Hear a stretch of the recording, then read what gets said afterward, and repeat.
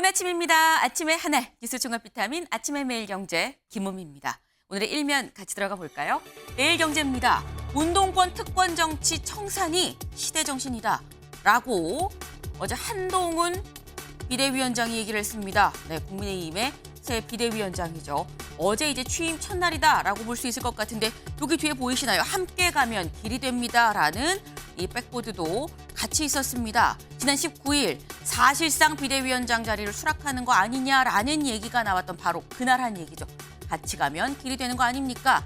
라는 요 얘기를 했었는데 요걸 지금 백보드로 운동권 특권 정치 청산이 시대정신이다 라고 얘기를 했습니다. 그러니까 민주당 야권을 향한 공세적인 그런 내용이 담겼는데 요 얘기만 했느냐? 다음 기사도 보겠습니다. 동아일보입니다. 한동훈 지역구도 비례도 총선 출마 안 한다. 이 얘기는 본인의 신상에 관한 얘기인 거죠. 네, 본인은 이제 온전히 비대위원장으로 헌신을 하겠다. 지역구도 비례도 출마하지 않겠다. 국회의원 자리 갖지 않겠다라고 얘기를 했습니다. 서로 다른 듯해 보이는 두 가지 메시지를 내놨는데 다음 기사까지 좀 이어보겠습니다. 한국일보입니다. 불출마 한동훈, 야 운동권 정치의 선전포고. 네, 앞서 나왔던 두 가지가 하나로 지금 담겨 있죠. 불출마를 선언한 한동훈, 야 운동권 정치의 선전포고를 했다라는 겁니다. 본인의 기득권을 내려놓고 현재 기득권이 된 운동권을 지적을 하면서 대비되는 효과도 같이 고려한 거 아니겠느냐라는 얘기가 사실 한국일보의 제목에 좀 내포가 돼 있다라는 점도 캐치하시지 않았을까 싶습니다. 저희가 세 개의 다른 제목 같이 보여드리는데 이 얘기는 잠시 뒤에 대담으로도 좀 같이 짚어보겠습니다. 다음 기사 볼까요? 세계일보입니다. 이낙연, 정세균, 삼총리 회동 추진 공감. 네, 어제 저희가 방송에 말씀드렸죠. 조찬으로 두 사람이 만났다. 이낙연, 정세균 두 사람이 만났다. 두 사람 만나서 한 얘기가 김부겸 전 총리를 포함해서 세 총리가 같이 만나는 이 회동을 추진하자는데 공감대를 이뤘다라는 얘기가 나왔습니다. 이 얘기도 잠시 뒤에 대담으로 좀 짚어보겠습니다. 다음 기사 볼까요? 조선일보입니다. 프랑스처럼 동거 커플도 가족으로 인정하는 방안을 추진하고 있다라는 소식입니다. 네, 저출산이 다음 달부터 이 정책으로 좀 공론화할 것 같다라는 얘기인 건데요. 어제 사실 윤 대통령이 그 얘기를 했습니다. 저출산, 과도한 경쟁의 원인이면 고쳐야 된다. 그만큼 저출산에 대해서 뭔가 획기적인 내용을 내놔야 된다라는 내용을 얘기를 했었죠. 관련해서 이런 방안, 동거 커플도 가족으로 인정한다라는 게 지금 프랑스인데 이게 뭐냐? 등록가족제입니다. 등록가족제. 네. 결혼을 하지 않은 상태에서 혼인신고를 하지 않아도 동거만 한다고 해도 가족으로 뭐 세법적인 혜택이나 복지 혜택을 그대로 똑같이 준다는 건데 이걸 좀 보겠습니다. 등록 동거혼, 혼인하지 않은 남녀가 시청에 동거 신고만 하면 국가가 기존 혼인 가족에 준하는 세금, 복지 혜택 등을 제공하는 제도다. 기존 결혼에 비해서 합치고 헤어지는 게 좀 쉽다라는 얘기입니다. 이런 것도 지금 저출산 국면에서 고려가 되고 있다라는 소식 전해드립니다. 다음 기사 볼까요? 경향입니다. 실거주 사유 입증 대법 집주인 책임이다 라는 내용입니다. 네. 사실 임대차 계약을 하면 한 번에 한해서는 이 앞서 있었던 이 전 계약 내용 그대로 이 전세금이 올랐지만 예전에 낮았던 그 전세금 그대로 똑같이 계약을 한 번에 한해서도 할 수가 있죠.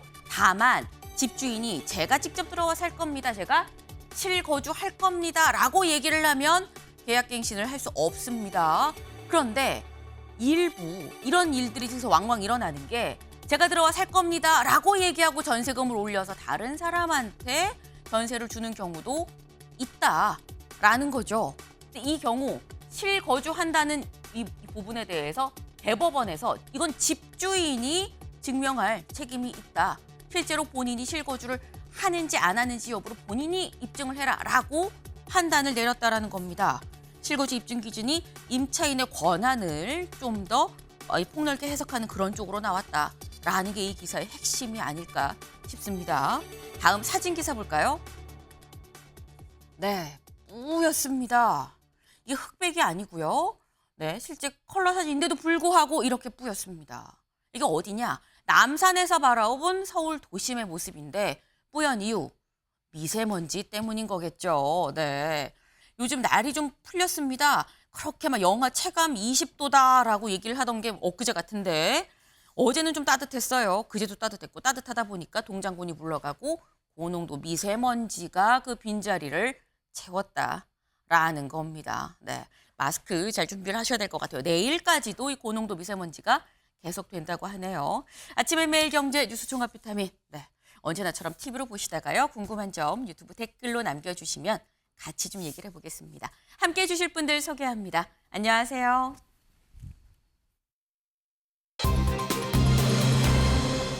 네, 큰 그림 인가라는 물음표가 지금 붙었습니다. 무슨 얘기인지 기사 같이 보죠. 한동훈 취임 첫날 총선 불출마 선언. 아까 저희가 일면 소개하면서 잠깐 나왔었죠. 어제 한동훈 비대위원장 취임 첫날에 총선 불출마하겠습니다. 라고 얘기를 했습니다. 요 얘기 직접 들어보고 오시죠. 저는 지역구에 출마하지 않겠습니다. 비례로도 출마하지 않겠습니다. 오직 동료 시민과 이 나라의 미래만 생각하면서 승리를 위해서 용기 있게 헌신하겠습니다. 저는 승리를 위해서 뭐든 다 하겠지만 제가 그 승리의 과실을 가져가지는 않겠습니다. 저는 여기 계신 누구보다도 더 열심히 뛸 겁니다. 네, 장동혁 의원님. 네, 한동훈 비대위원장 불출마 선언 예상하셨습니까? 예상까지는 못했습니다. 네. 사실 모두가 나올 거라고 생각했는데 뜻밖의 불출마 선언이었거든요. 어떻게 보십니까? 국민들에게는 변화와 쇄신의 메시지를 던졌다고 생각합니다. 그리고 우리 당에 대해서는 네. 각자의 자리에서 이번 총선 승리를 위해서 어떤 희생을 할 수 있는지 고민해 보자는 메시지를 던졌다고 생각하고요. 지금 이재명 대표는 권력의 일도 내려놓지 않겠다고 하고 있는 마당에 비대위원장이 먼저 불출마를 선언해서 희생하는 모습을 보여주고 그러면서 민주당과는 대립적인 그 구도를 만들어내면서 민주당에게도 어떤 메시지를 던졌다고 생각합니다. 민주당한테도 메시지를 던졌다. 이해식 의원님. 네. 민주당은 메시지를 받았습니까? 어떻게 보세요?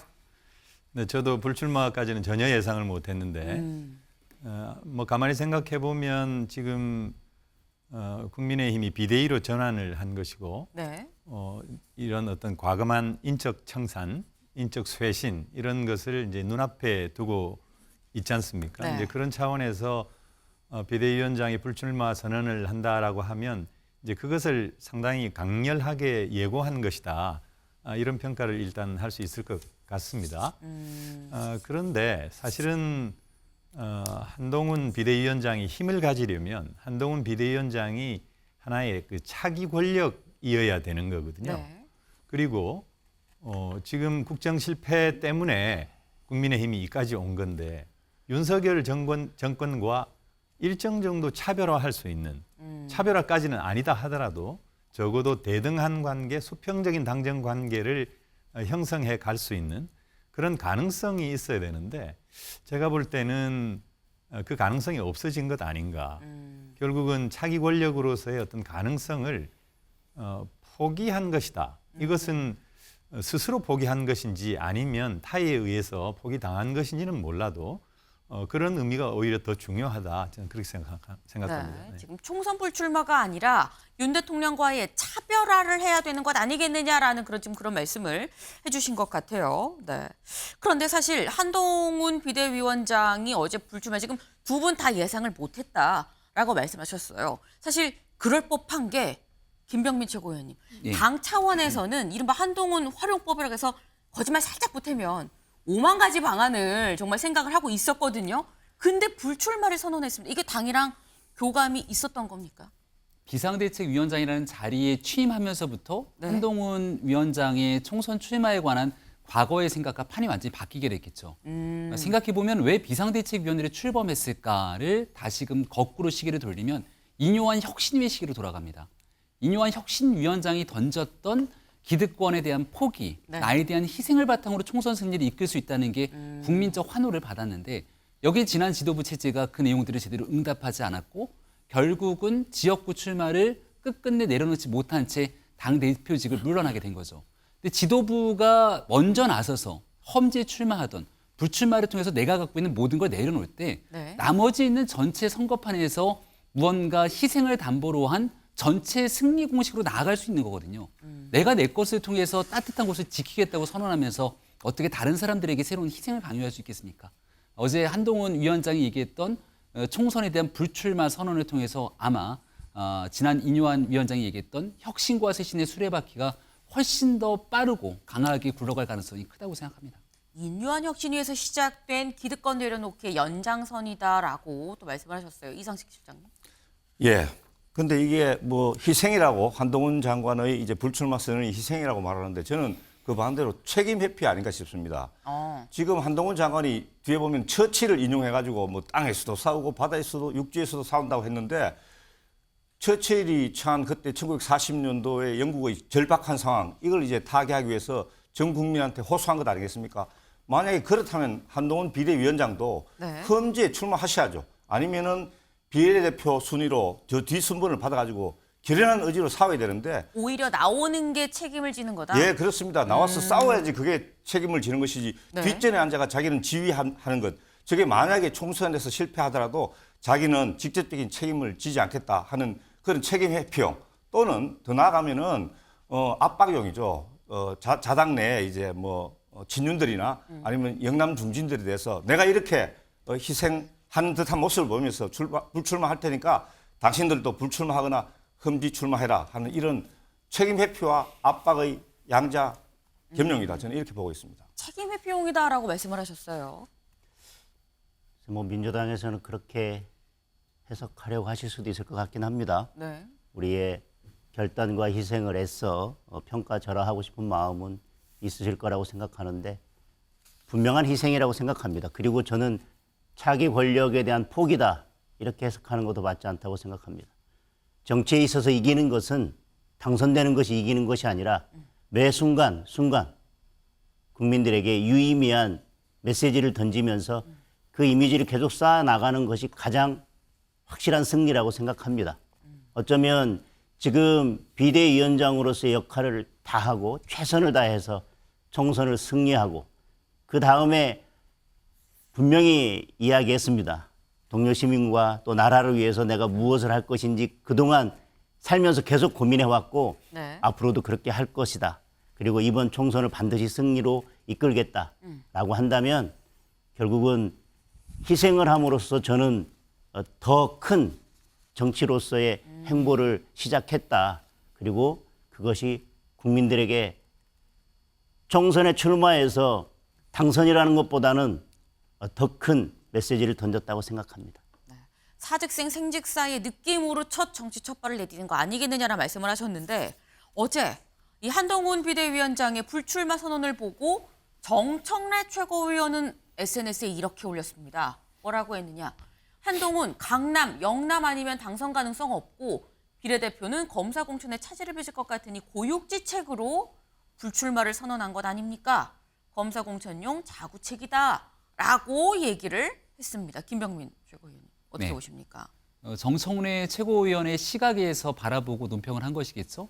본인이 있는 곳이 민주당의 텃밭인 지역이기 때문에 정청래 최고위원은 그런 텃밭을 떠나서 정말 어렵고 힘든 곳에 나가서 뛰는 것이 지도부로서의 자세 아니냐 이런 얘기들이 나올 수 있을 텐데 그런 희생을 하나도 안 보여주고 있는 것이죠.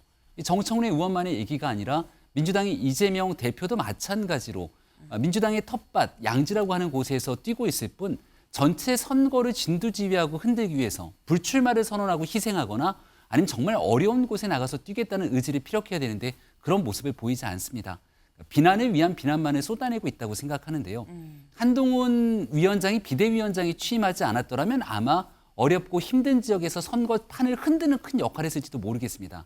근데 지금은 당의 비상한 상황에서 모든 선거를 진두지휘하는 위원장의 역할을 맡게 된다면 한쪽 지역에 국한에 있을 수 없는 상황이기 때문에 현실적인 판단은 비례대표를 가거나 네. 아니면 불출마하는 과정들이 있을 텐데요.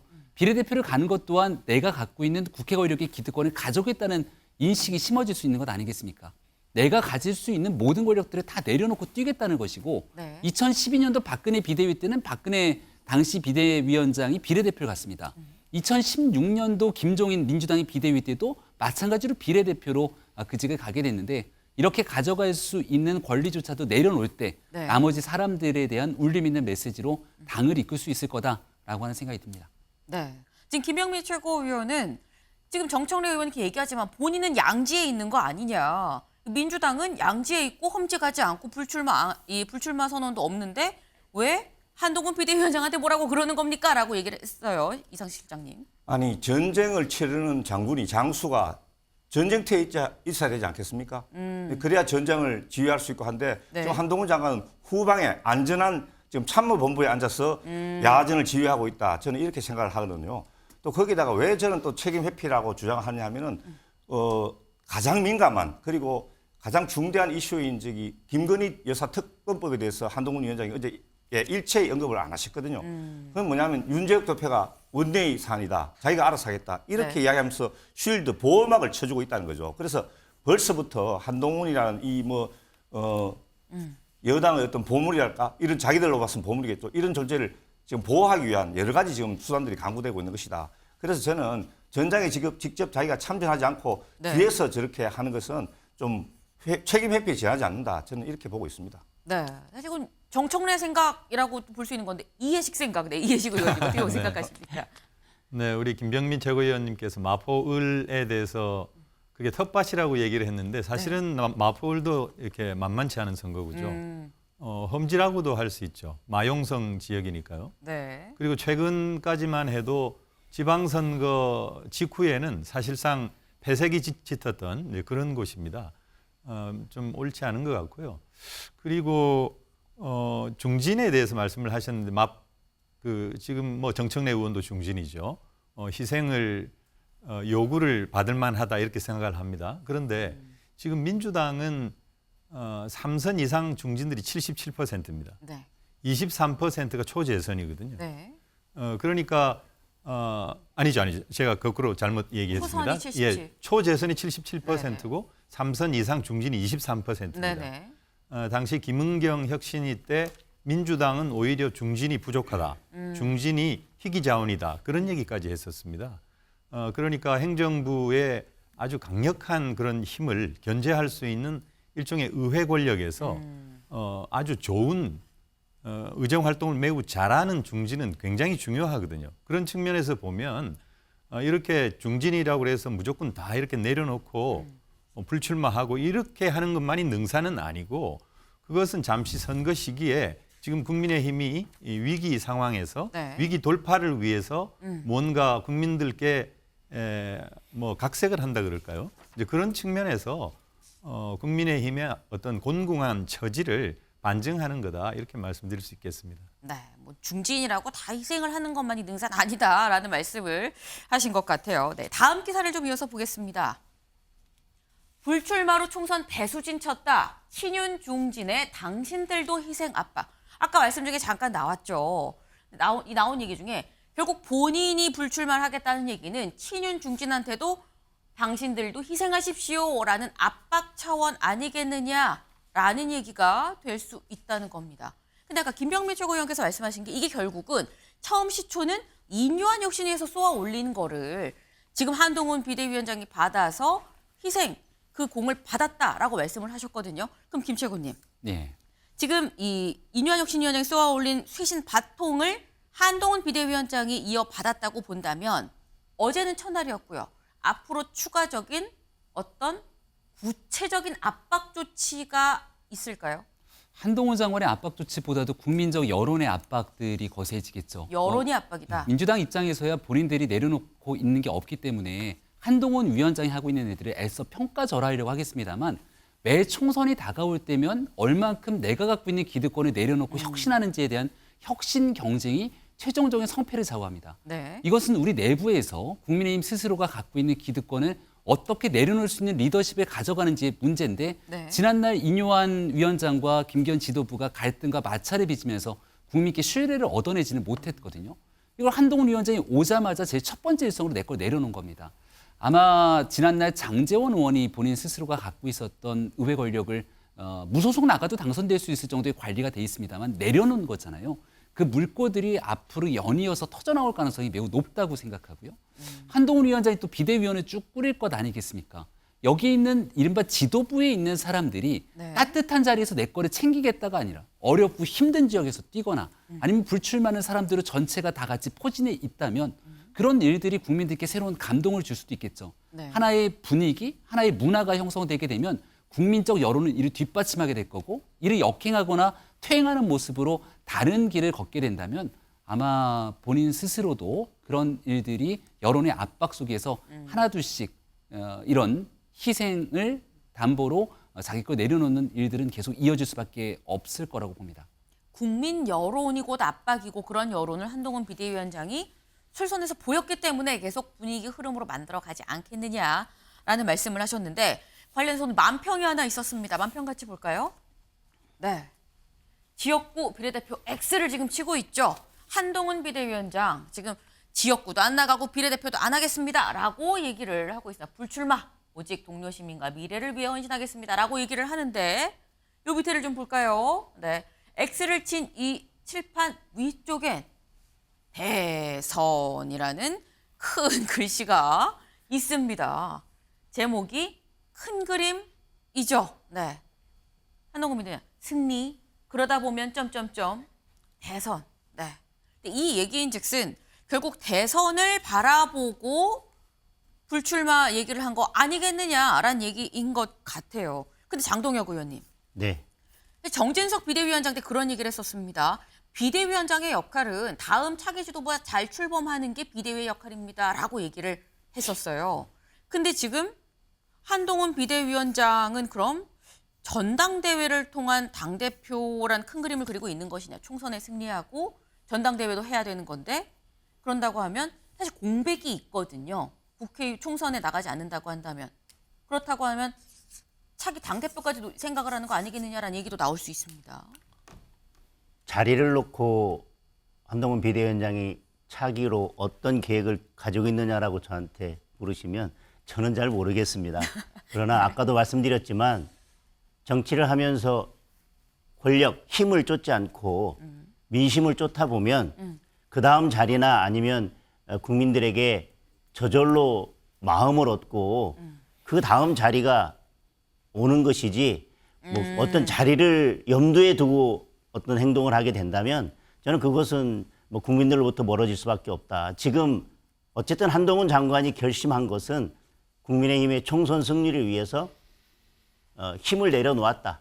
따라서 민심은 따라오게 될 것이고 그 민심이 따라가는 방향에 따라서 한동훈 장관이 취해야 될, 가야 될 자리는 따라오게 될 것이라고 생각합니다. 그러니까 지금 다음을 생각하고 몸을 움직일 여지가 없다. 지금 거에 충실하면 다음 길이 열린다. 뭐 이런 말씀을 하신 것 같아요. 네. 이해식 의원님. 한동훈 비대위원장이 비대위원장으로서 성공을 하려면 결국은 총선에서 일정 정도 성과를 거둬야 될 겁니다. 그렇죠. 그게 가장 중요하죠.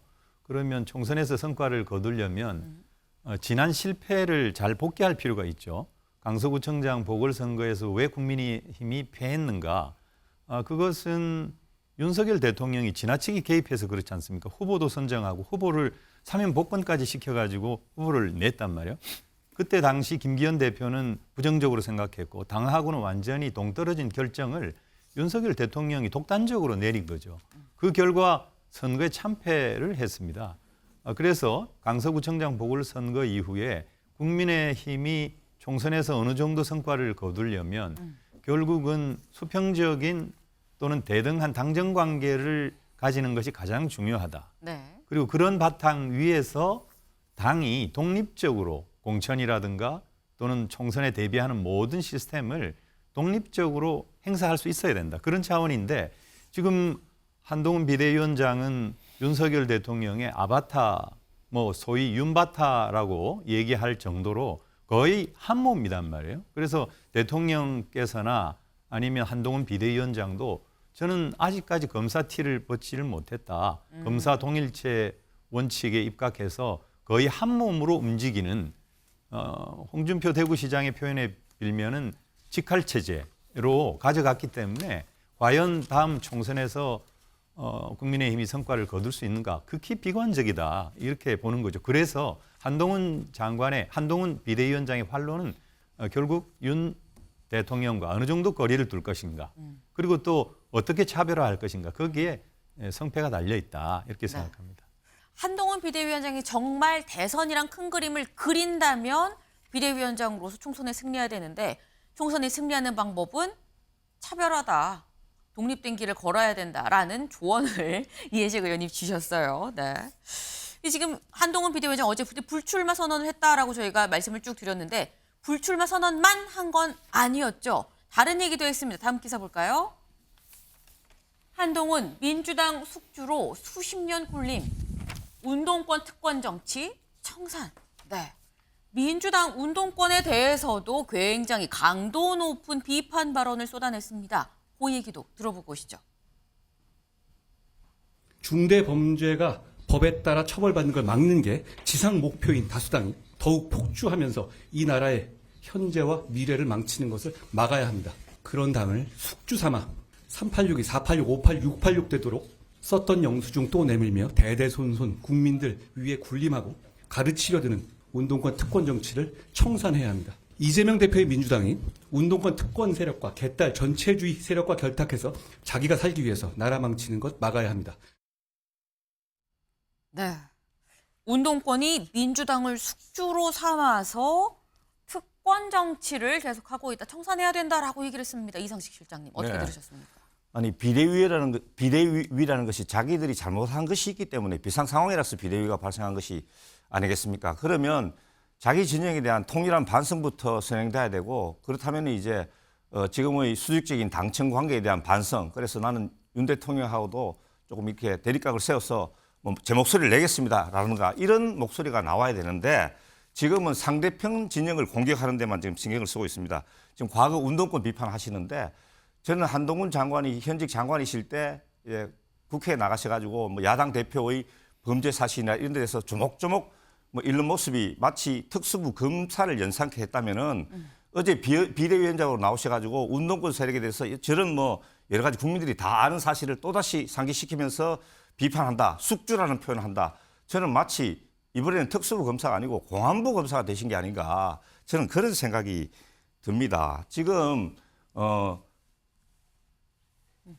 국민의 그 여론에 의해서 네.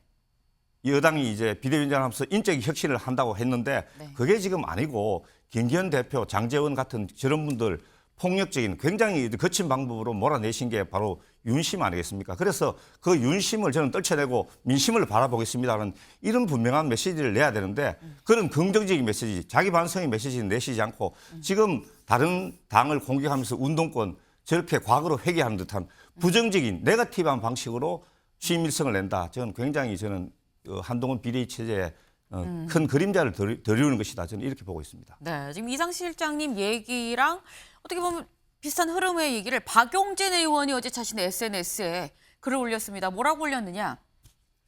취임하자마자 남의 당 걱정해 주시는 건 고마운데 민주당 일은 민주당이 알아서 하겠습니다. 지금 한동훈 비대위원장이 되새겨야 할 말은 너나 잘하세요 라고 얘기를 박용진 의원이 SNS에 글을 올렸습니다. 김병민 최고위원님. 네. 지금 민주당 걱정하지 말고 국민의힘 잘하세요 라고 지금 말씀을 하셨거든요. 남 걱정이라는 건 그 문제 인식에 동감을 한다는 얘기 아니겠습니까? 오늘 아침에 이원욱 민주당 의원이 라디오에 나와서 얘기를 하는 거 보니까 이런 메시지에 일단 기본적인 공감을 표하더라고요. 민주당의 문제에 대해서. 한동훈 위원장이 갖고 있는 문제 제기에 대해서 이건 사실이 아닙니다.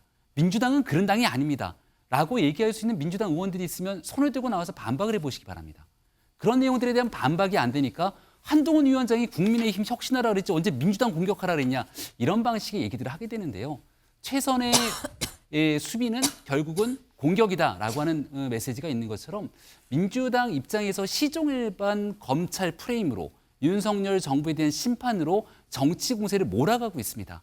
이런 내용 속에서 민주당이 갖고 있는 문제 인식에 대해서 당연히 여권의 비대위원장으로 할 수 있는 메시지를 낸 거라고 생각하고요. 한동훈 위원장의 메시지가 여기에만 국한되게 된다면 문제가 있을 거라고 봅니다. 이런 문제 인식과 민주당이 갖고 있는 처절하게 많은 문제에도 불구하고 왜 국민의힘은 민주당을 압도하지 못하는가. 여기에 대한 반성의 메시지도 함께 내는 거거든요. 거기에 대한 보완적 조치와 새로운 개혁과 쇄신은 쇄신대로 가져갈 것인데 민주당은 그렇다고 해서 모든 것들을 다 해도 용인될 수 있는 정당은 아니지 않습니까? 이런 문제 제기가 불편하다면 여기에 대한 문제 제기에 민주당이 어떻게 변화할 것인지 거기에 대한 답을 먼저 내어놓는 게 우선이라고 생각합니다.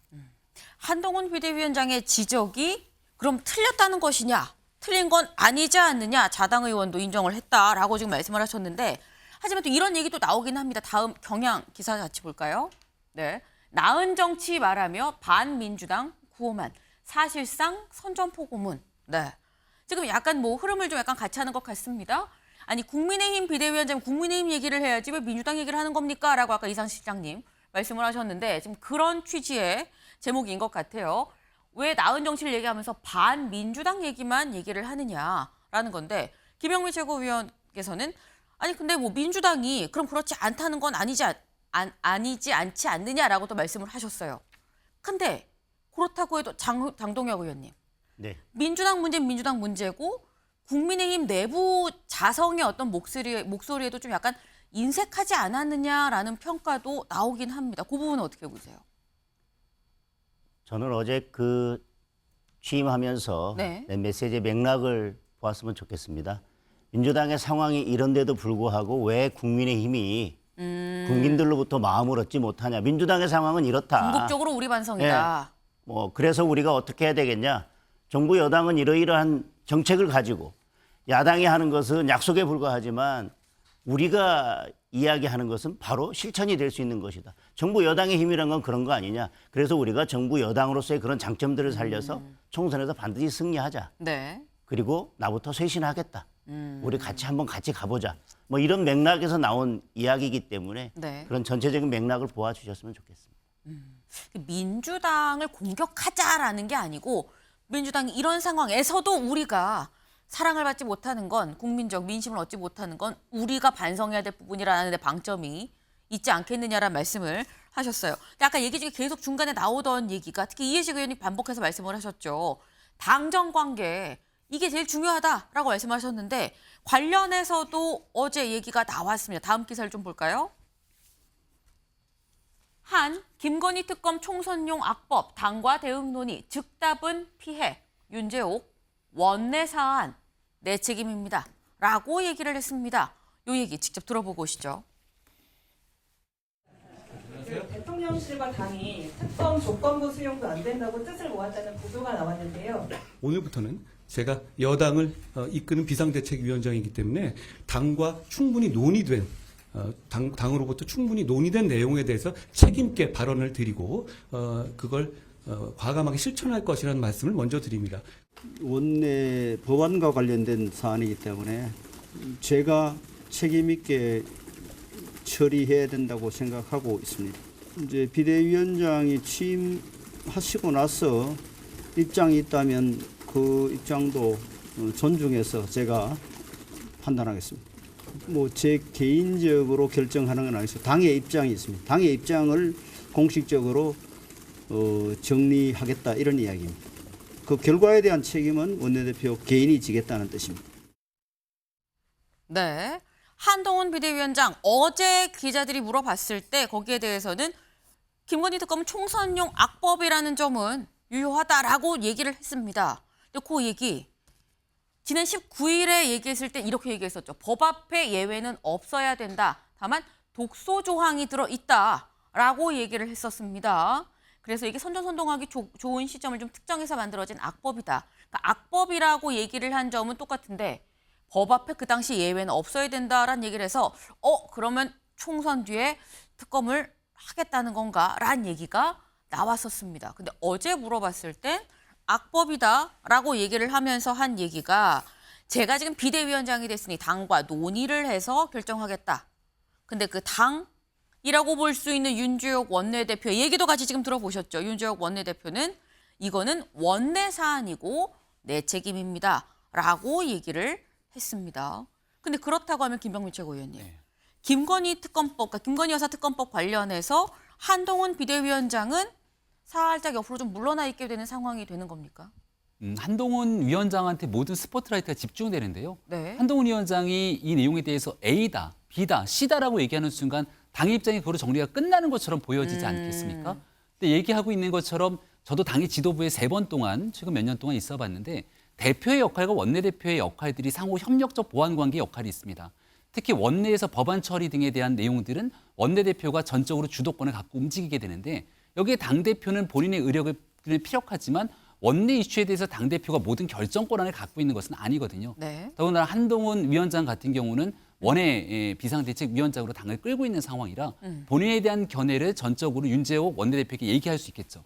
하지만 세상 사람들이 궁금해하는 건 한동훈 위원장이 왔을 때 당정관계라고 얘기하는 측면의 핵심 키인 김건희 특검법을 어떻게 정리하는가를 지켜보고 있었던 것 아닙니까? 네. 거기에 대해서 분명하게 입장을 정리했던 건 총선을 앞두고 있는 정치 특검이다라고 하는 내용에는 국민의힘을 구성하고 있는 사람들 중에 이견이 거의 없을 거라고 봅니다. 문제는 이게 말 그대로 총선용 정쟁 특검이라면 대통령실 그리고 대통령 가족과 또 이를 향해서 보고 있는 국민들께서 건강한 뭔가의 견제 등에 대한 역할들을 주문했을 때 네. 그동안 당은 이런 목소리를 아무도 내지 않았거든요. 그럼 한동훈 위원장은 이제 어떤 방식으로 이 문제를 풀어갈 것인가가 남은 과제로 있겠습니다만 민주당이 던져놓은 프레임 안에서 움직이지는 않겠다라고 하는 선언적 의미도 담겨져 있지 않는가 생각합니다. 네, 이상 실장님.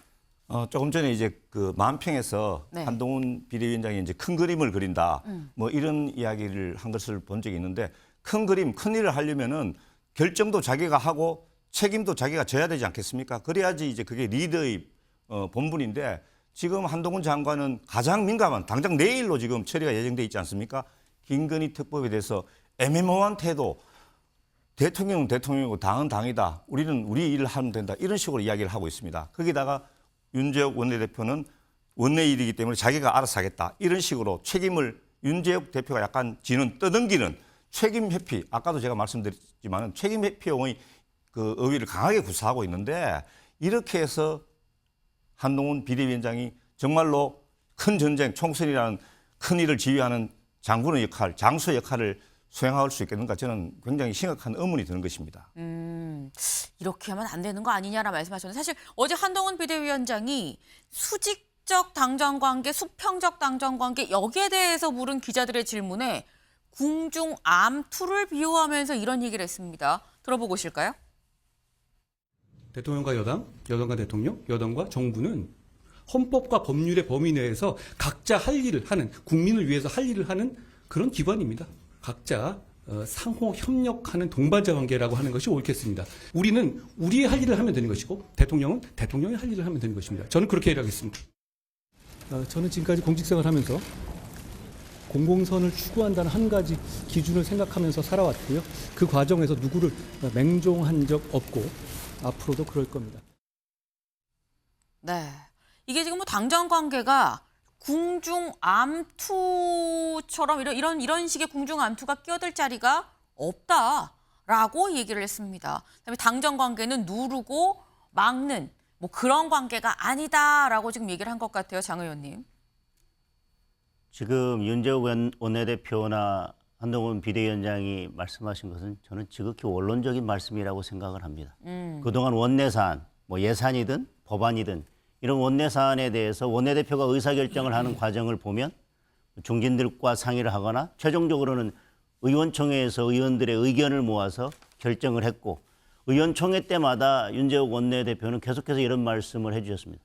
그러면 오늘 의견이 모아져서 나는 이렇게 가고자 한다. 여러분들께서 추인을 해달라. 네. 그러나 그 모든 책임은 내가 지겠다. 의원총회에서 늘 해오셨던 말씀입니다. 네. 그리고 어제도 그 말씀을 하시면서 그러나 당내 의견을 수렴하고 의견을 모아가는 과정들은 거치겠다. 그러나 그 결과에 대한 책임은 최종적으로 내가 진다는 의미다. 이렇게 네. 말씀하신 것이고 그리고 그동안 의원총회 외에도 당대표와 어떤 문제에 대해서 뭐 상의하거나 협의를 해왔었지만 그에 대한 최종적인 결정 그리고 책임 그것은 오롯이 원내대표에게 있다는 원론적인 말씀을 하신 것입니다. 네. 당연한 뭐 원론적인 얘기를 한 거 아니겠느냐라는 말씀을 하셨는데 근데 아까 저기 한동훈 의원 얘기한 걸 다시 좀 볼까요? 수직도 수평도 아니라 동반자적 관계다라고 지금 얘기를 했습니다. 그러면서 사극에 나올 법한 궁중암투는 이 관계에 끼어들 자리가 없다. 동반자적 관계다라는 요 얘기 이해식 의원님 어떻게 보십니까? 말씀은 그렇게 했는데 속으로는 동반자 관계가 되지 않고 있다라고 하는 것을 은유적으로 표현한 것처럼 보입니다. 반어법이다. 왜 그러냐 하면은 사실은 이제 한동훈 비대위원장 되기 전에는 네. 법 앞에 왜 예배는 없다 이렇게 얘기를 하면서 어느 정도 여지를 뒀거든요. 그런데 뭐 윤석열 대통령이 대노했다라고 하는 보도가 있었고, 그리고 또 고위당정 협의에서 완전히 못을 박았죠. 네. 절대 안 된다라고 하는 사인을 주게 됐고, 또 그런 뒤에 한동훈 위원장이 취임을 하고 취임사를 저런 방식으로 하고 또 백브리핑도 저렇게 했다. 저는 그렇게 봅니다. 어느 정도는 윤석열 대통령과 협의를 하고 김건희 특검법의 처리 방안에 대해서 나름대로 조금 다른 각도의 어떤 해결책도 가지고 있었던 것으로 보이는데 그걸 그걸 좀 표현하자마자, 그리고 조선일보가 아주 대문짝만하게 받았지 않습니까? 총선 뒤로 미루는 게 좋겠다 이런 방식으로. 그런데 그게 아주 이런 지하에 꺾였죠. 그게 저는 이런 어떤 그 수직적 당정 관계에 있는 국민의힘의 어떤 현 주소를 보여주는 게 아닌가 이런 생각이 듭니다. 네. 지금 한동훈 비대위원장이 동반자적 관계다라고 얘기를 했지만 나는 믿을 수가 없다라고 말씀을 하셨어요. 동반자적 관계가 아니라는 방증이 오히려 한 위원장 얘기를 들어보면 난 보인다라고 좀 말씀을 해주셨는데, 사실 저희가 한동훈 비대위원장의 발언을 보고 이게 지금 당정 관계가 어떻게 될지 여부를 지금 얘기를 했습니다. 근데 중요한 건 앞으로 어떻게 또 행동을 하느냐, 행동으로 보여주는 게 더 중요한 부분이겠죠. 근데 저희가 지금 한동훈 비대위원장의 발언 하나를 좀 봤는데, 사실 수락 연설 그 자체도 사실 요모조모 눈길이 가는 대목이 상당히 좀 있었습니다. 다음 기사를 좀 같이 볼까요? 따옴표 제스처 쓰면서 능숙한 연설, 벽면엔 함께 가면 길이 됩니다. 아까 저희가 사진을 보면서 그 뒤에 백보드 함께 가면 길이 됩니다 라는 건 같이 봤죠. 근데 따옴표 제스처를 쓰면서 능숙하게 연설을 했다. 이게 대체 무슨 얘기냐? 보통 이렇게 얘기를 하죠. 쌍따옴표로 표현하는 부분을 얘기를 할 때 보통 외국에서 많이 공부하고 오신 분들이 이렇게 해요. 네, 그런 제스처를 쓰면서 자연스럽게 연설을 하지 않았느냐라는 건데, 더불어 다음 기사까지 좀 이어볼까요? 네. 그럼 그렇게 제스처 쓰면서 한 연설 자체를 좀 보면 12분 동안 했습니다. 12분 연설에 국민이 22번, 취임 직전까지 다듬어서 A4 모서리가 너덜너덜해졌더라. 품에서 꺼낸 A4 모서리가 너덜너덜해졌더라. 그러니까 본인이 직접 쓰겠다라고 당 관계자한테 얘기를 했다고 했죠. 이 수락 연설문은 제가 쓰겠습니다라고 얘기를 하고 계속 수정한 것처럼 보이더라. 국민 22번 얘기를 했고요. 동료, 시민이란 얘기도 10번이나 썼습니다. 근데 사실 상식적으로 동료, 시민이란 말을 쓰면서 상식이란 말도 상당히 좀 많이 얘기를 했거든요. 상식을 가진 일반 국민들에 대해서 동료 시민이란 표현을 쓴 건가라는 생각이 드는데, 굳이 동료 시민이란 표현을 쓴 이유가 있을까라는 생각도 듭니다. 김병민 최고위원님. 네. 평소에 한동훈 위원장이 즐겨 쓰는 용어라고도 얘기를 하고 있고요. 네. 그동안 있었던 여의도 사투리에 대한 문법들을 좀 탈피하고자 하는 시도도 분명히 있었을 겁니다. 우리가 통상적으로 정당에서 가장 많이 쓰게 되는 여의도 사투리, 국민들이 쓰지 않는 용어 중에 하나가 바로 당원 동지 여러분이라는 표현이죠. 아, 맞아요. 어저께 이 비대위원장 수락이기 때문에 네. 당대표 수락 연설에서 항상 존경하는 당원 동지 여러분, 그리고 그러네요. 사랑하는 국민 여러분, 네. 이런 방식이 거의 공식인데 그런 내용들을 찾아볼 수가 없습니다. 그리고 여기에 대한 동료 시민이라고 하는 표현들을 써가면서 네. 오히려 기존에 있었던 문법들을 좀 탈피하고, 또 한동훈 장관이 바라보는 국민에 대한 시각을 어떤 방식으로 세상을 함께 만들어 나갈 수 있는 인식들을 갖고 있는지도 분명하게 보여주고 있는 거거든요. 저는 한동훈 위원장이 오게 됐을 때 가장 기대되는 것 중에 하나가 네. 이제 결국 정치는 말로 하는 겁니다. 그 말의 핵심은 지도부 회의를 열었을 때 있게 되는 대표의 모두 발언에서 시작하거든요. 근데 우리 당의 그동안의 관행들을 보면 당에 있는 당료들이 그때 있는 대표의 모두 발언 등에 대해서 이제 서포트를 해주게 되는데, 내가 직접 고민하고 내 생각과 내 단어를 통해서 국민께 알리게 되는 연설, 그 모두 발언을 했던 지도자들은 그렇게 많지가 않습니다. 한동훈 위원장이 써내려갔던 어제의 수락 연설물들을 보게 되면 네. 굉장히 많은 고심들, 또 표현 하나하나에서 과거에 있었던 명연설문의 원고들을 일부 차용하게 되는 비유, 뭐 이런 부분들을 고민해 봤을 때 앞으로 비대위원장으로 있게 되는 일주일에 2번 정도 있는 모두 발언 속에서도 본인이 갖고 있는 시대 정신과 생각들을 국민께 울림 있게 전달하게 된다면 그것만으로도 정치권에서 이슈를 끌어당기는 힘이 생긴다라는 생각이 듭니다. 네. 사실 당 대표로서 당 대표거든요, 비대위원장. 이 직접 본인이 쓴 이 모두 발언 내용으로 메시지를 전달할 수 있다면 큰 울림이 있을 수 있다라 말씀하셨는데 어제 쓴 수락 연설문에서도 좀 다른 차별 포인트가 있었습니다. 다음 기사를 좀 볼까요? 한동훈 처칠 명연설과 서태지 노랫말을 인용을 했습니다. 네. 지금 처칠의 명연설 어떤 부분을 이 대목을 인용을 했는지 직접 들어보고 오시죠. 우리는 상식적인 많은 국민들을 대신해서 이재명 대표의 민주당과 그 뒤에 숨어서 국민 위에 군림하려는 운동권 특권 세력과 싸울 겁니다. 호남에서, 영남에서, 충청에서, 강원에서, 제주에서, 경기에서, 서울에서 싸울 겁니다. 그리고 용기와 헌신으로 반드시 이길 겁니다. 공포는 반응이고 용기는 결심입니다. 네, 어떤 부분이 윈스턴 처칠의 얘기를 인용한 것이냐. 처칠은 이런 얘기를 했었죠. 우리는 해안에서 싸울 것이며 착륙 지점에서 싸울 것이다. 들판과 거리에서, 언덕에서 싸울 것이다. 한동훈 비대위원장 아까 들으셨나요? 운동권 특권 세력과 싸울 겁니다. 호남에서, 영남에서, 충청에서, 강원에서, 제주에서, 경기에서 랩하는 줄 알았어요. 네, 줄줄줄줄 지역을 얘기를 하면서 여기서 우린 싸울 겁니다라고 얘기를 했습니다. 네, 그리고 공포는 반응이고 용기는 결심이다라는 얘기도 사실 요것도 같이 이 처칠이 한 얘기를 가지고 온 거다라고 볼 수 있습니다. 그럼 처칠 말고 또 다른 이 인용이 있었죠. 바로 서태지와 아이들의 노래 가사였습니다. 어떠셨어요? 지금 뭐 여의도 화법이 아니라 5천만의 화법을 쓰겠다. 그만큼 국민들에게 쉽게 다가갈 수 있는 네. 그리고 그냥 구호로 아니면 이렇게 외치는 그게 아니라 국민들에게 쉽게 다가갈 수 있는 그런 말로 그리고 당원 동지들의 어떤 그런 적극적인 참여를 감동적으로 끌어낼 수 있는 단어들을 적절하게 구사하셨다고 생각합니다. 이해식 의원님. 네. 사실 서태지와 아이들의 노래 가사를 인용했다는 건 젊은 층에 약간 소구할 수도 있는 거 아니냐는 생각이 들 수도 있거든요. 어떻게 보십니까?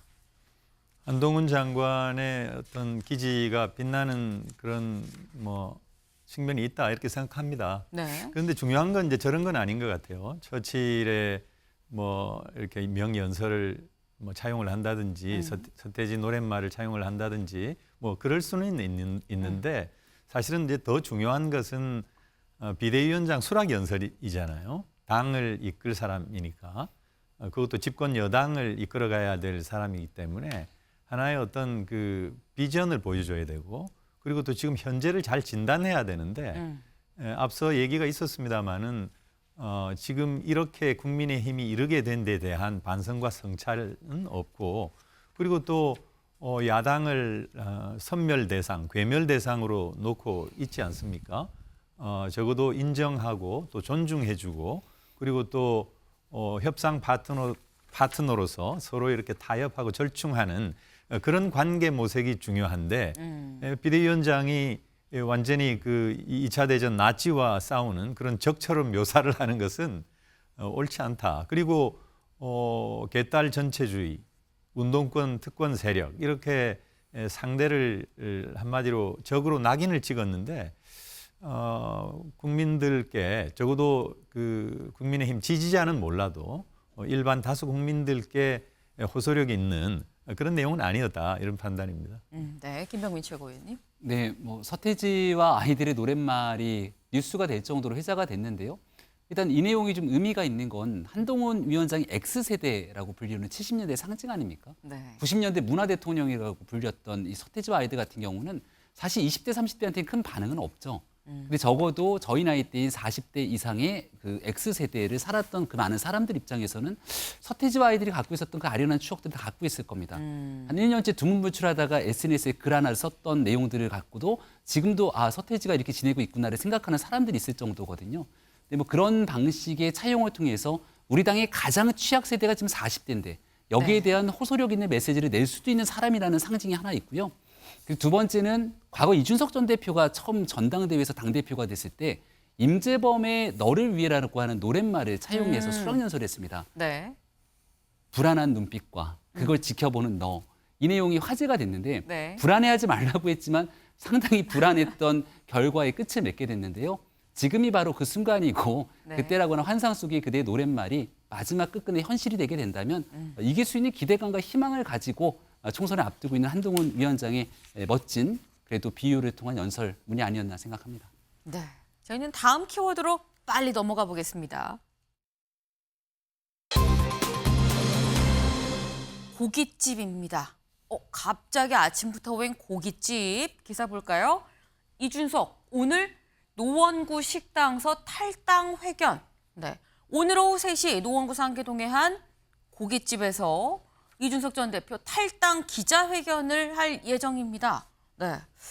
그런데 좀 의아했던 부분이 원래 국회 소통관을 예약을 해뒀다라는 얘기를 들었는데 국회 소통관, 여의도도 아니고요. 국회 소통관도 아니고 지금 굳이 소통관이 아니라 노원구 상계동 그리고 식당에서 탈당 기자회견을 합니다. 이건 이상식 실장님, 이유가 뭘까요? 아마 자기가 이제까지 이제 활동해왔던 노원구에서 네. 또 주민들에게 이제 뭐 어떤 새로운 출발을 알린다는 그런 의미, 그리고 식당에서 함으로써 뭐 중소기업 또 상공인, 소상공인 이런 분들을 배려한다는 그런 이미지, 네. 이런 이미지를 주기 위해서 했지 않을까 싶고요. 그 다음에 보니까 국민일보에서 외로운 탈당, 네. 그죠? 이렇게 하면서 이제 뭐 저렇게 외로운 탈당. 외로운 탈당이라고 하면서 약간 좀 의미를 애써 이제 폄하하려고 하는 그런 모습을 저는 보이더라고요. 그런데 지금 이제 사실은 뭐 언론의 커브나 이런 게 지금 다 굉장히 한동훈 비대위원장 중심으로 가 있기 때문에 네. 이준석 전 대표가 굉장히 지금은 좀 약간 고립된 것처럼 보이고 하지만 저는 장기적으로 동력은 오히려 이준석 대표가 가지고 있다. 이준석 대표는 어쨌든지 간에 스스로 힘으로 당대표가 됐지 않습니까? 그리고 지난 대선과 지선에서 본인의 실력을 입증해 보였지 않습니까? 그리고 또 대통령의 어떤 그런 부당한 압력에 맞서가지고 결기를 보인 그런 모습도 보였다. 실력과 결기를 갖추고 있는데 지금 한동훈 위원장은 지금은 일시적으로 언론의 스포트라이트를 받고 있지만은 지금 뭐 수직적 당정 관계를 개선하려는 아무런 그런 결기나 이런 것도 보여주지 못하고 있고 지금 본인의 실력도 전혀 입증된 바 없다. 그래서 지금 이준석 대표가 지금은 조금 쓸쓸해 보일지 몰라도 상황에 따라서 완전히 반전될 가능성도 있다. 저는 그렇게 봅니다. 네, 이준석 전 대표가 지금 좀 쓸쓸해 보일 수 있지만 뭔가 반전의 기기가 확 일어날 수 있다라고 말씀을 하셨어요. 그러면서 굳이 노원구 상계동의 식당에 사는 이유는 중소 이 어떤 소상공인들을 생각하는 마음도 있을 거고 노원구라는 의미도 있을 거다라는 말씀을 하셨는데 이준석 전 대표 사실 이번에 총선에 출마한다라고 얘기를 하면서 어디로 출마하느냐 노원입니까 대구입니까 어디입니까 얘기가 있었죠. 그때 이런 얘기를 했었습니다. 들어보고 오시죠. 저에게 항상 최우선 과제는 노원병에 당선되는 겁니다. 전 접은 적이 없고요. 저는 노원병에서 제가 정치하는 것에 의미를 상당히 부여해서 어떤 사람이 10년 가까이 투자했다는 거는 당연히 의지를 갖고 한 거 아니겠습니까? 네, 사실 노원구 상계동에 대해서 그러니까 노원구에서 나는 내가 그동안 거의 한 10년 동안 해왔는데 내가 여기에 대한 의지 어떤 애정이 있는 거 아니겠느냐라고 얘기를 했었습니다. 근데 오늘 노원구에서 탈당 기자회견을 한다는 건 김병민 최고위원님. 이건 둘 중에 하나일 것 같아요. 노원구로 나옵니다. 혹은 노원구를 떠나겠습니다. 둘 중에 뭐가 나올 거라고 보십니까? 탈당 선언과 함께 지역 구민에게도 작별 인사를 하는 시간이 아닐까 작별 인사일 거다. 생각하는데요. 아마 노원이라고 하는 지역에 출마할 생각이었다면 지역 관리를 정말 철저하게 했을 겁니다. 그리고 본인이 갖고 있는 대중적 인지도가 있기 때문에 지역에서 정말 낮은 자세로 열심히 노원을 위한 노력들을 했다면 이준석 전 대표에게도 노원에서 많은 시민들이 또 기대를 가졌을지 모르겠으나 지금은 지역에서 총선을 출마하는 후보라고 보기에는 지역보단 다른 곳에 더 많은 관심들을 가졌죠. 근데 만약 탈당 선언하고 새로운 정치 공간을 열게 된다면 결국 노원이라고 하는 지역을 떠나서 또 다른 정치적 그림을 그려가야 될 텐데 한 번에 지역 주민들과도 본인이 한번 나름대로 정리를 해야 되는 시간이라고 생각했던 게 아닌가 싶고 오늘 뭐 국민의힘 입장에서 매우 안타깝습니다. 이준석 전 대표가 당에 남아서 개혁과 혁신의 길 또 필요라는 일이 있다면 얼마든지 소통이 가능했을 텐데 마지막 뭐 선언이 아직 전이기 때문에 순간까지도 밖으로 나가는 길보다는 당내에서 함께 했으면 좋겠다는 얘기를 꼭 좀 드리고 싶습니다. 네. 마지막까지도 당내에서 좀 같이 있으면 좋겠다라는 말씀을 꼭 좀 드리고 싶다라고 지금 말씀을 하셨어요. 하지만 이제 오늘이 D-Day입니다. 오늘 탈당하겠다. 이준석 전 대표 정치를 시작한 지 오늘이 12년이 되는 날이죠. 오늘 시작한 곳에서 내가 이 어떻게 보면 탈당 마무리 다음을 위한 또 다른 이 변화를 좀 주겠다라는 얘기가 나오고 있는데 여기를 보겠습니다. 이준석 오늘 탈당, 천하용인은 신당 합류 미지수. 어제 저희가 김용태 전 최고위원은 국민의힘에 계속 남겠다라고 했다라는 얘기를 전해드렸었죠. 그러면은 천아인은 어떻게 되는 거냐 보겠습니다. 천하인, 네, 천하인은 이렇습니다. 근데 천하람 순천갑 당협위원장 이런 얘기를 했었어요. 국민의힘으로 출마 확정? 이건 너무 과한 보도다. 아직 나는 정하지 않았습니다라는 얘기를 최근에 했었어요. 허은하 의원의 경우에는 가파른 오르막길에서 겸허한 기도를 드린다라고 얘기를 했었습니다. 이 얘기는 뭔가 마음의 정리를 했고 그 정리가 뭐 뭔지 모르겠지만 일단 겸허한 기도를 드려야 되는 그런 결정을 내렸구나라는 생각이 들죠. 어제 저희가 말씀드린 김용태 전 최고위원은 네, 탈당을 하지 않겠다라고 얘기를 했었고 이기인 경기도의원 네, 이준석과 함께 간다. 나는 탈당해서 신당에 같이 가겠다라고 얘기를 했습니다. 일단 아래 두 사람은 명확해요. 간다, 안 간다. 근데 위에 두 사람, 천하람, 허은하 두 사람은 약간 애매모호합니다. 일단 천아용인에서 천하는 어떻게 할지 잘 모르겠다라는 상황이죠. 더불어서 사실 이준석 신당이 만들어지면 유승민 전 원내대표도 같이 가는 거 아니야라는 얘기가 있었습니다. 유승민 전 원내대표 어제 이런 얘기를 했는데요. 들어보고 오시죠. 신당이라는 거는 막상 진짜 해보면 그거는 엄청난 각오를 갖고 가지 않으면 그거는 정말 성공하기 힘들거든요. 그리고 저희 탈당 여부나 신당을 새로 시작하는 여부에 대해서는 저는 생각만 오래 해오고 있고 아직 결심 안 했습니다. 늦지 않게 제 결심을 국민들께 밝혀야죠. 네. 그러니까 제 신당 창당하는 게 진짜 어려운 일이다. 내가 해봤는데 어렵다. 아직 마음을 정하지 않았다라고 얘기를 했습니다. 근데 이렇게 되면 장동혁 의원님, 이준석 전 대표는 오늘 탈당을 하거든요. 오늘 탈당을 하는데 그리고 유승민 전 대표도 아직 마음을 못 정한 건가라는 생각이 듭니다. 어떻게 보세요? 아직 마음 못 정하신 것 같습니다. 그리고 우선 저는 과연 이준석 대표가 신당 창당까지 갈지 그것도 아직 잘 모르겠습니다. 오늘 오후 3시에 탈당은 해도 신당 창당 안 할 수 있다? 탈당 선언까지는 저는 확정된 거라고 보여지는데 네. 우선은 한동훈 비대위원장이 등장하면서 이준석 대표에 대한 관심도 떨어졌고 그다음에 신당에 대한 동력도 많이 떨어졌습니다.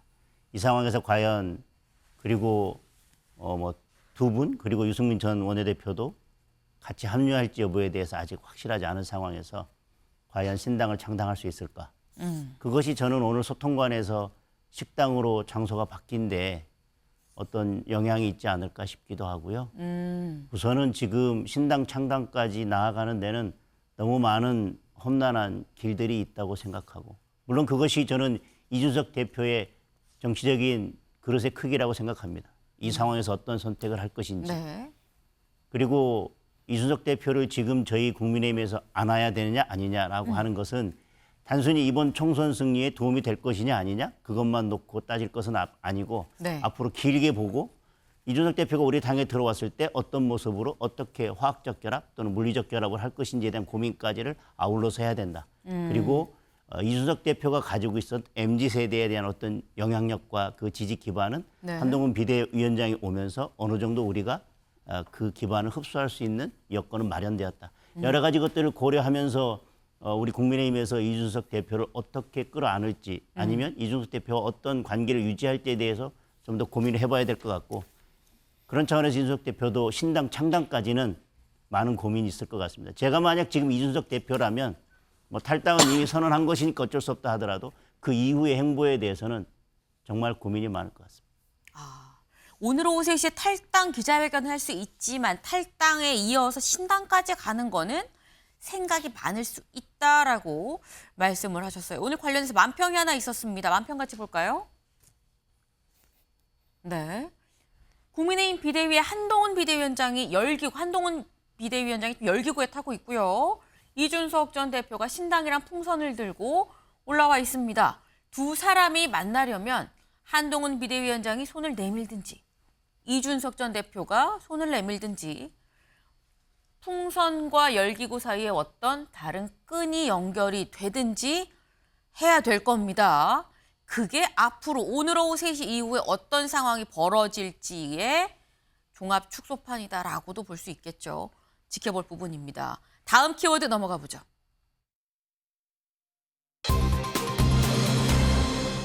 적절한 상황입니다. 쌍따옴표가 붙었죠. 누군가 한 얘기입니다. 보겠습니다. 문정부 3총리 회동 가능성 이낙연 적절한 상황이 돼야 어제 말씀드렸습니다. 정세균 전 총리, 이낙연 전 총리 두 사람이 만났다. 아침 식사 같이 하면서 얘기를 했는데 대체 무슨 얘기를 했느냐? 기자들이 열심히 취재했습니다. 그러니까 이낙연 전 대표 쪽에서 이런 입장을 보내왔어요. 네, 문의가 많아서 저희가 공유를 드립니다.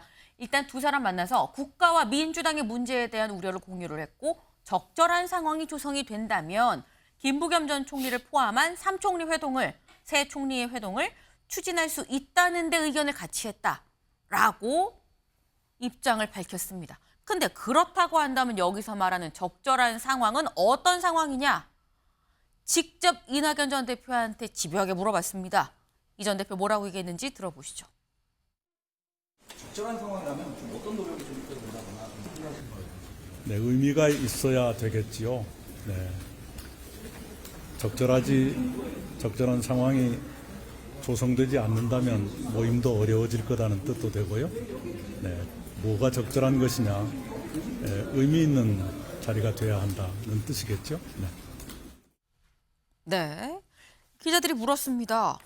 근데 여기에 대해서 뭐 적절한 상황이 의미가 있어야 되는 거죠? 라고 약간 애매모호하게 좀 얘기를 했어요. 이해식 의원님. 적절한 상황은 어떤 상황인 겁니까? 지금이 적절한 겁니까? 아닌 겁니까? 지금은 적절하지 않은 상황이죠. 네. 이낙연 전 대표가 말씀하시는 적절한 상황은 아마 이낙연 대표께서 장당하는 당에 정세균, 김부겸 두 전직 총리가 합류할 수 있는 그런 상황을 상정하고 그것을 적절한 상황이라고 하신 것 같은데 네. 이제 그런 상황은 오기 어려울 거라는 생각이 들고요. 그 이유는 이제 정세균, 김부겸 두 전직 총리는 통합주의자이고 각 개별적으로 만나서도 신당 창당을 만류했기 때문에 네. 이낙연 전 대표께서 말씀하시는 그런 적절한 상황은 오기 힘들다 이런 생각입니다. 적절한 상황은 현재도 아니고 앞으로도 오기 힘들다라고 말씀을 하셨어요. 다음 기사를 좀 볼까요? 중앙일보 좀 같이 보겠습니다. 네. 지금 상황에서 계속해서 거론되는 얘기. 지금 적절한 상황은 현재도 아니고 앞으로도 안 오면 그럼 이 상황을 어떻게 풀어갈 것이냐. 이재명 반전카드, 새 총리 공동선대위원장 혹은 비명공관위원장. 이상식 실장님, 짧게 가능성 어떻게 보십니까?